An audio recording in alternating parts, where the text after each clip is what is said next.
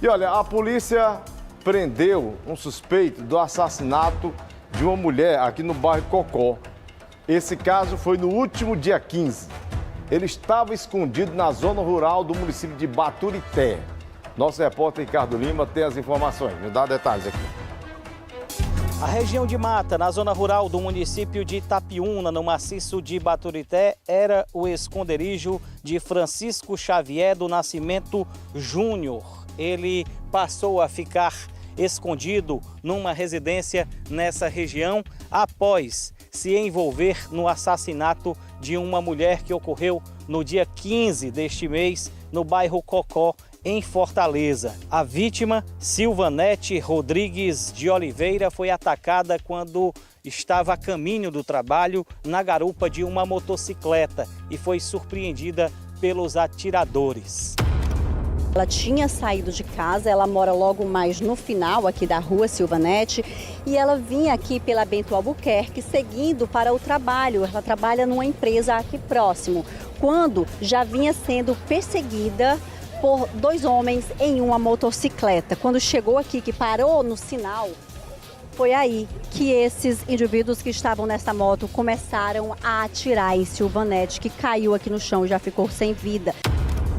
Esse caso aconteceu no dia 15 de julho e desde então a 10ª Delegacia do Departamento de Homicídios e Proteção à Pessoa estava no encalço do Francisco Xavier, que foi capturado na zona rural do município de Itapiúna. Silvanete foi atacada no cruzamento das ruas Bento Albuquerque e Francisco Matos, no bairro Cocó, aqui em Fortaleza. De acordo com as investigações, o crime foi cometido em razão de desavenças entre o grupo criminoso a qual o apontado pertence e a vítima, que mantinha amizades com pessoas supostamente ligadas ao grupo rival. Por esse motivo, Silvanete foi decretada pela organização criminosa e esse crime aconteceu quando ela se deslocava para o trabalho. Uma mulher até então trabalhadora, que tinha suas escolhas amorosas e que não sabia talvez do risco que isso representava, mãe de 3 filhos que ficaram órfãos, já eram criados apenas pela mãe, sem pai, e depois que esse caso aconteceu, as crianças ficaram totalmente desprotegidas das figuras materna e paterna.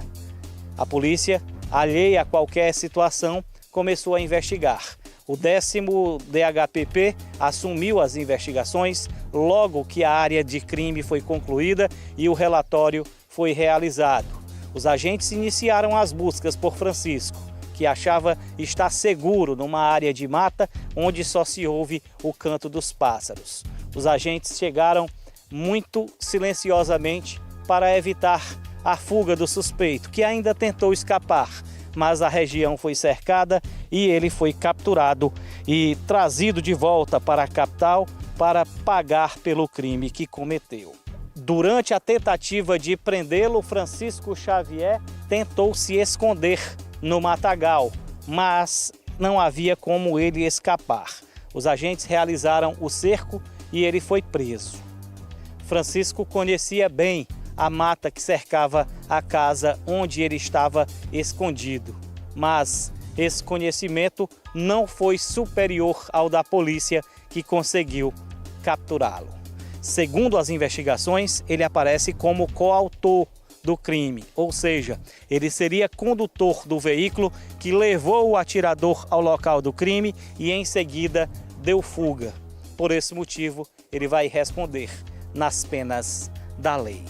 Já está à disposição da Justiça para o cumprimento de um mandado de prisão preventiva expedido a pedido da 10ª DHPP, que após reunir provas suficientes, representou pela prisão preventiva do suspeito e logo que a decisão judicial saiu, a polícia começou a buscar pela localização dele, que foi encontrado na tarde de hoje e foi capturado. Agora é com a Justiça fazer a parte dela. Ricardo Lima para o Cidade 190. As leis do nosso país, elas precisam ser com urgência, mas com urgência atualizada. A situação, minha gente, não tá para brincadeira.